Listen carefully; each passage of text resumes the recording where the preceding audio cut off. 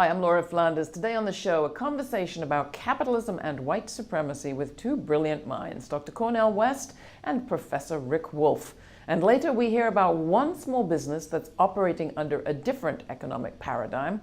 All that and a few words from me on who's on the hook for the Deepwater Horizon spill. It's all coming up. Welcome to our program.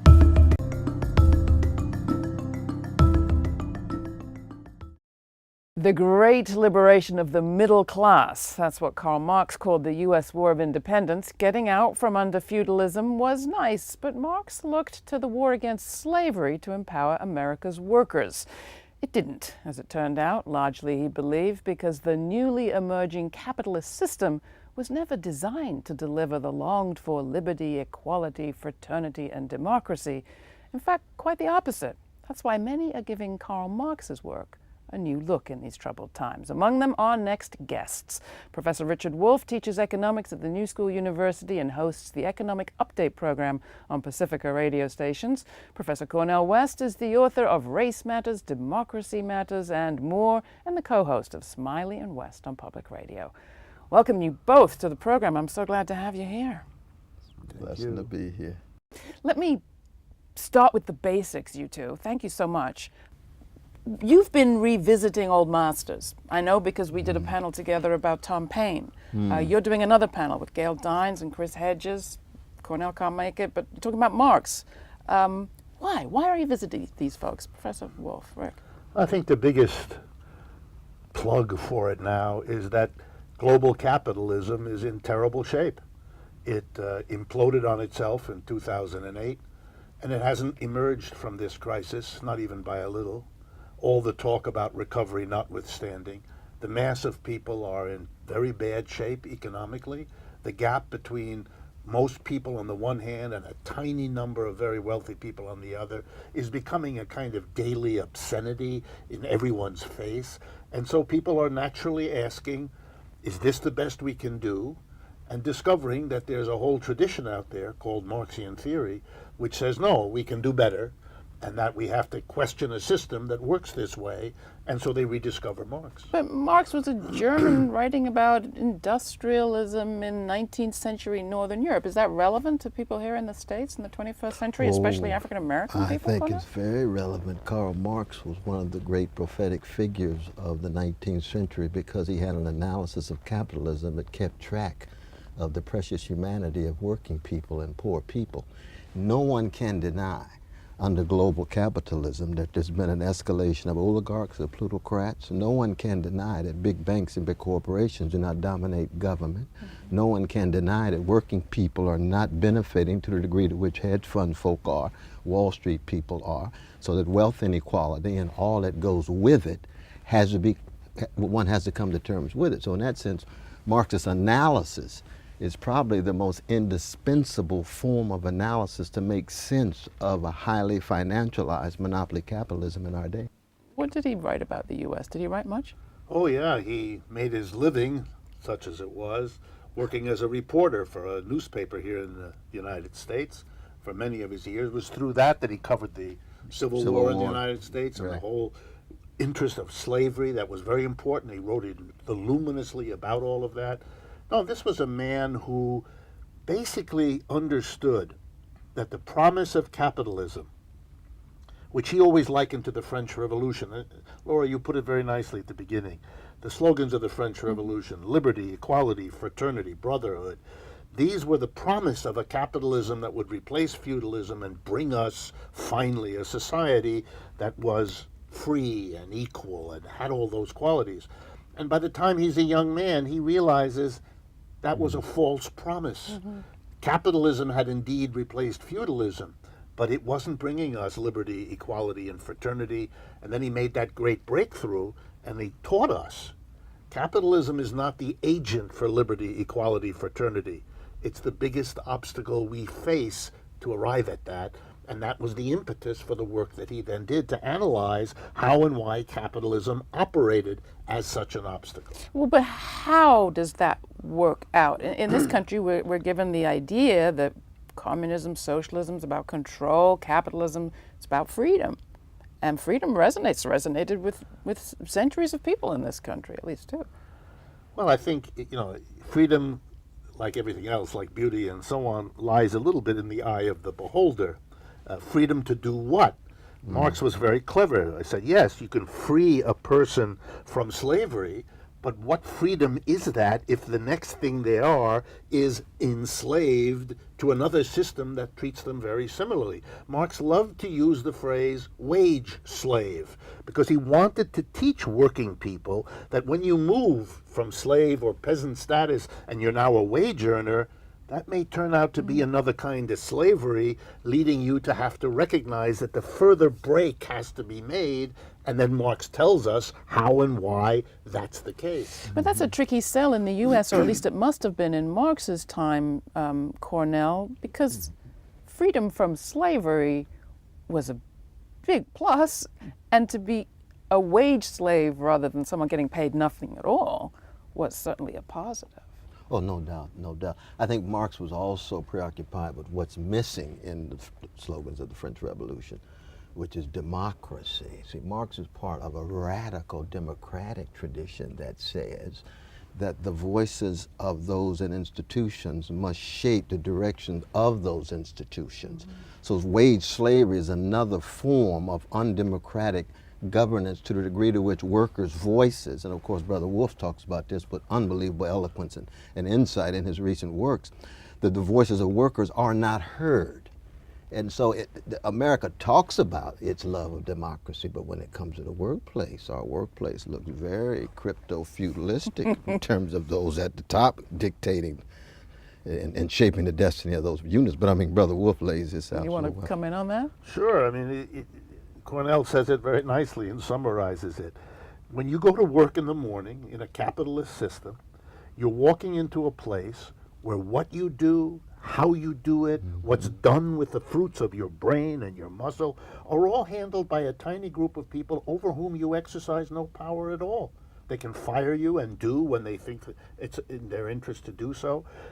This is the opposite of democracy. In a democratic workplace, you would say every person, every man and woman who is part of this participates in making the decisions since they all have to live with the results.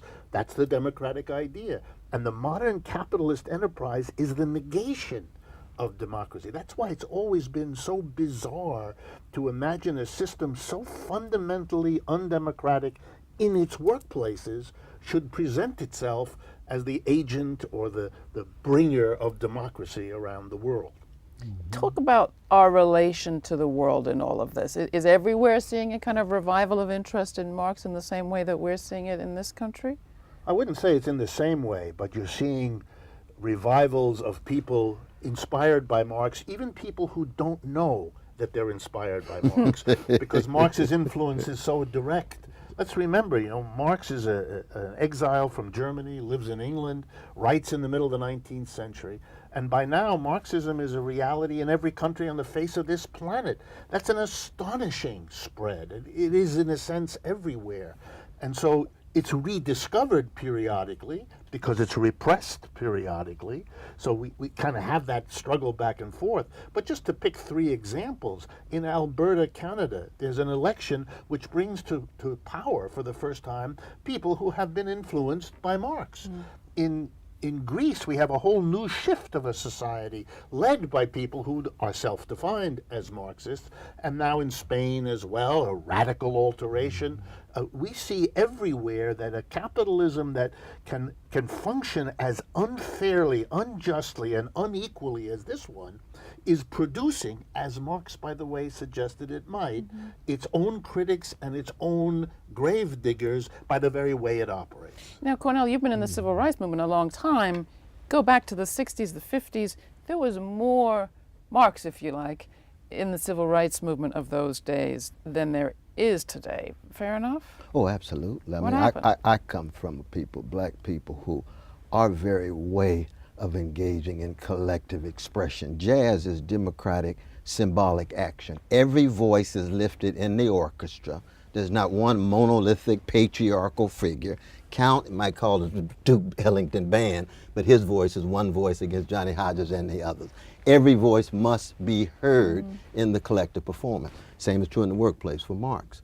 But also, and this is, I would add even with Marx, because I was blessed to write a book, The Ethical Dimensions of Marxist Thought, over 30 years ago, is democracy on the one hand, but it's individuality on the other. Marx comes out of Schiller, he comes out of German Romanticism. He's concerned about the precious humanity of every individual, including working people's individuality. So individuality and democracy go hand in hand, just like in Count Basie's band.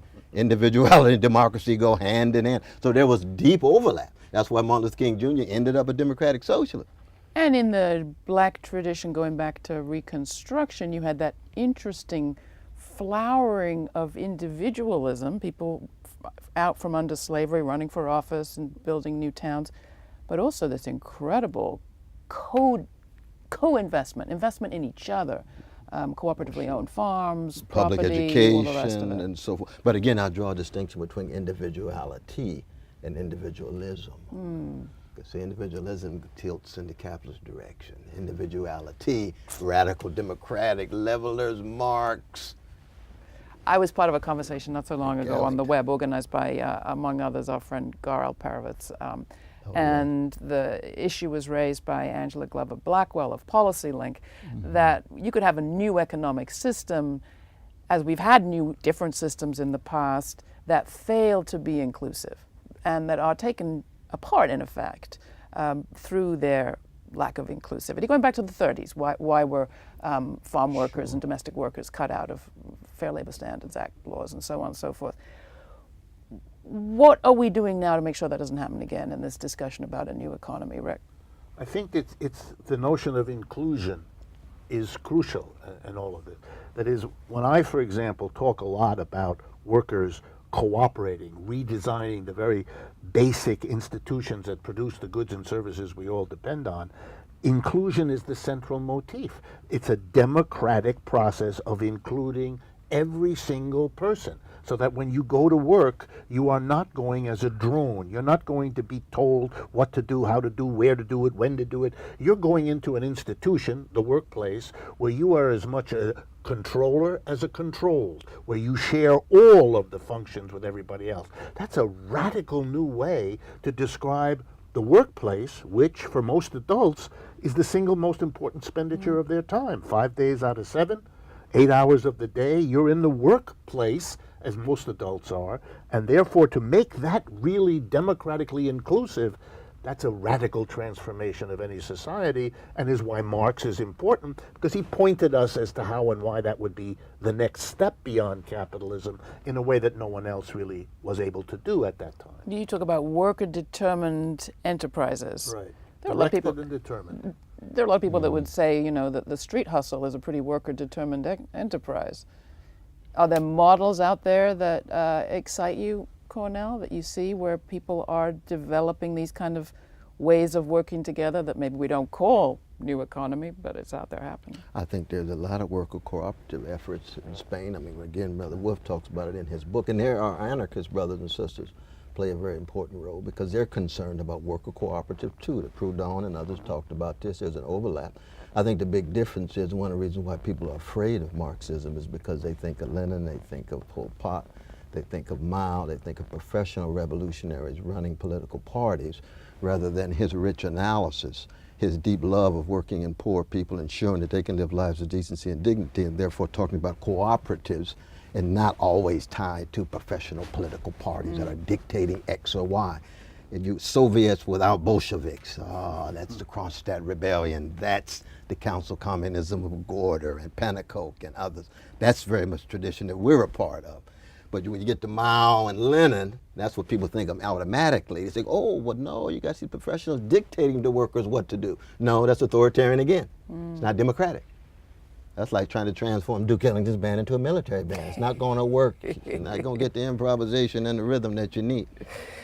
Now, of course, frontline communities, communities of color, less privileged communities are better at all of this because they have to be than the elites who are very happy being in that 1% that has the same amount of wealth as half the world's population or whatever it is. Does Marx have any insight on how do we flip the balance of power? Cornel? Well, I think Marx had a cosmopolitan sensibility. He's open to all persons, no matter how oppressed or less oppressed, who are interested in being willing to be part of cooperative enterprises that put working and poor people at the center. I think, you and I would agree that there's still a rapacious individualism, even among poor people, among blacks and browns and reds and women and gays and lesbians and so forth. But we do have rich traditions of cooperative activity among peoples of color and we're gays up and against lesbians one and so heck of forth. an entrenched power elite, no? Oh, absolutely, absolutely. And yet, as Marx himself explained, when the people who run the capitalist system keep running it for their own profit, and the number of them becomes smaller, and those of us who are watching our futures and our hopes disappear as they do it, they are in the end undercutting their own capacity to survive. I think we're at a time in the history of capitalism when we are all spectators to a self-destruction awaiting us to become no longer passive but active in making sure that the passing of capitalism leads us in a place that we will be happier as human beings to be in. And that's a heavy burden on us, but there's not much else we can do, because otherwise we're going to let this system take us down with it. Last word, Cornel? That's very real.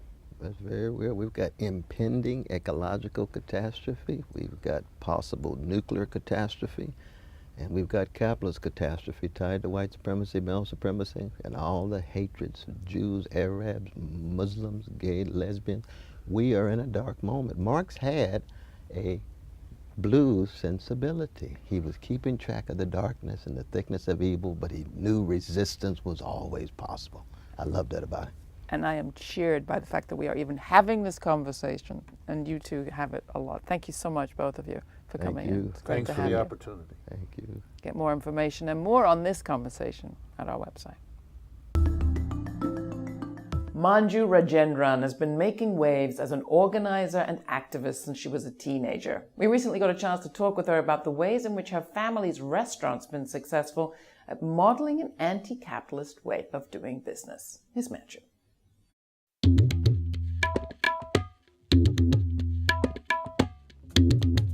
Five years ago, our family began an incredible journey to start a food justice restaurant called Vimala's Curry Blossom Cafe. And it's named after my mother, Vimala Rajendran, who has been cooking since she was 7. She's an incredible, incredible cook. And she's an incredible cook because she cooks with love. Like, she thinks of it as her ministry, as her social justice work, as her art form, her vehicle for change, and it is a huge contribution to social justice work.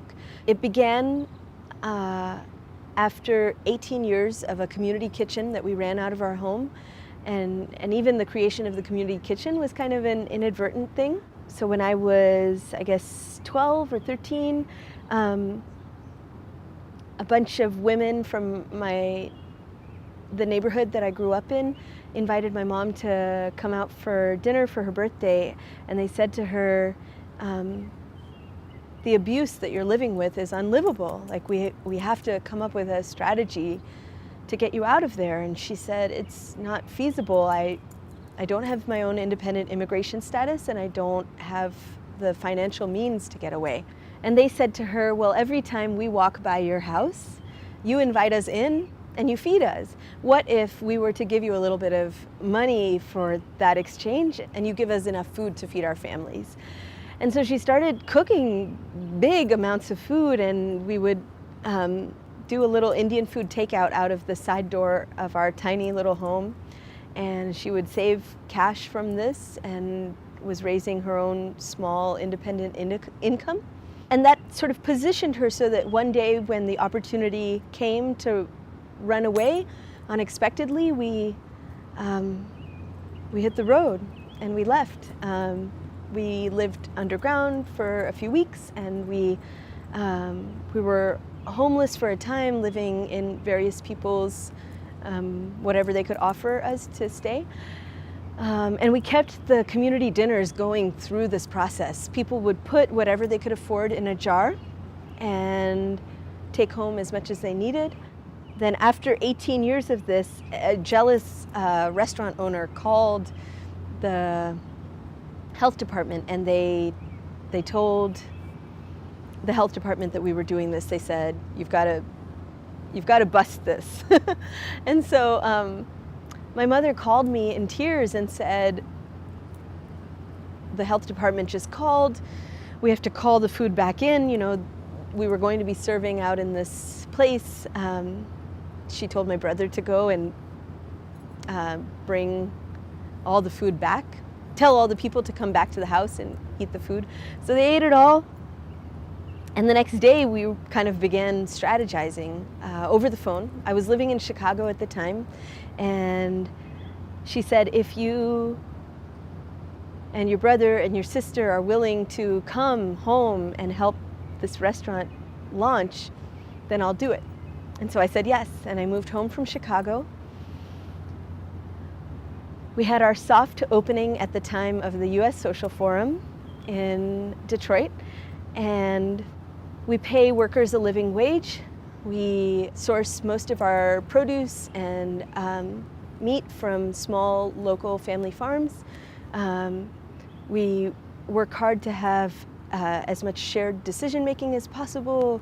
We reduce waste in big ways, like we're part of the pilot composting program in our area and compost tons and tons of what most restaurants have to throw away. We're part of a national organizing effort to try and fight for a living wage for all restaurant workers. We're serving healthy, locally sourced, affordable food in a mixed class, mixed race space that really shifts the dynamics around the southern table. That was Manju Rajendran, recorded at the Allied Media Conference in Detroit. If you have a story about a business that's making change, let us know. BP's settlement for the Deepwater Horizon spill was great headline-grabbing news recently. 5 Gulf Coast governors, as well as the U.S. Attorney General, took the opportunity to claim glory for the largest settlement with a single entity in American history. But who's in deep for the Deepwater? Beneath the headlines, it looks as if you and I might be. In case you missed it, under terms announced July 2nd, British Petroleum agreed to a record-breaking $18.7 billion to resolve claims related to the massive oil spill in the Gulf in 2010. 5 states stand to gain from the payouts over the next 18 years. Louisiana will receive approximately $6.8 billion, according to Governor and GOP presidential contender Bobby Jindal. In her announcement, AG Loretta Lynch declared that ever since the spill, the Justice Department has been, quote, fully committed to holding BP accountable and to restoring the environment and the economy of the region at the expense of those responsible, not the American taxpayer. But if that's what the DOJ committed to, it's not exactly what they got. As we've mentioned before, when corporations agree to pay out compensation, they can claim a tax deduction. Restitution, unlike a criminal penalty or fine, can be written off as just another cost of doing business. Of that $18.7 billion, the Justice Department seems only to have tied $5.5 billion to criminal Clean Water Act violations. The rest will likely be tax deductible, even though a New Orleans judge ruled BP guilty of gross negligence. $18.7 billion is a hefty sum, but it's one that the public will largely be on the hook for.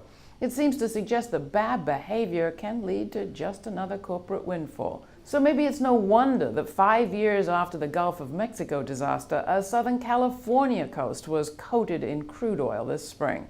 If the DOJ had seized BP's assets and taken over control, now that might have sent a real message. Tell me what you think. Write to me, laura@grittv.org. And thanks.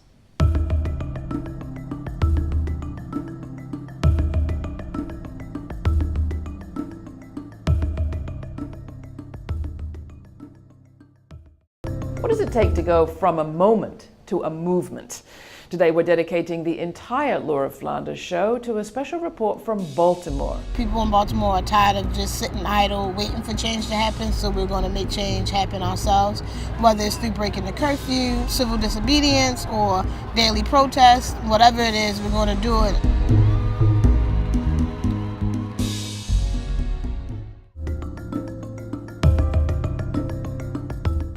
Today on the Laura Flanders Show, Andrew Coburn discusses what's wrong with the way the U.S. fights war. George Bush, let's hear it for George Bush. He was actually quite restrained in his use of deployment of drone assassination because he preferred to capture people and torture them. Later in the program, we look at the story of Fahd Ghazi. Fahd Ghazi was one of the first men to arrive at Guantanamo.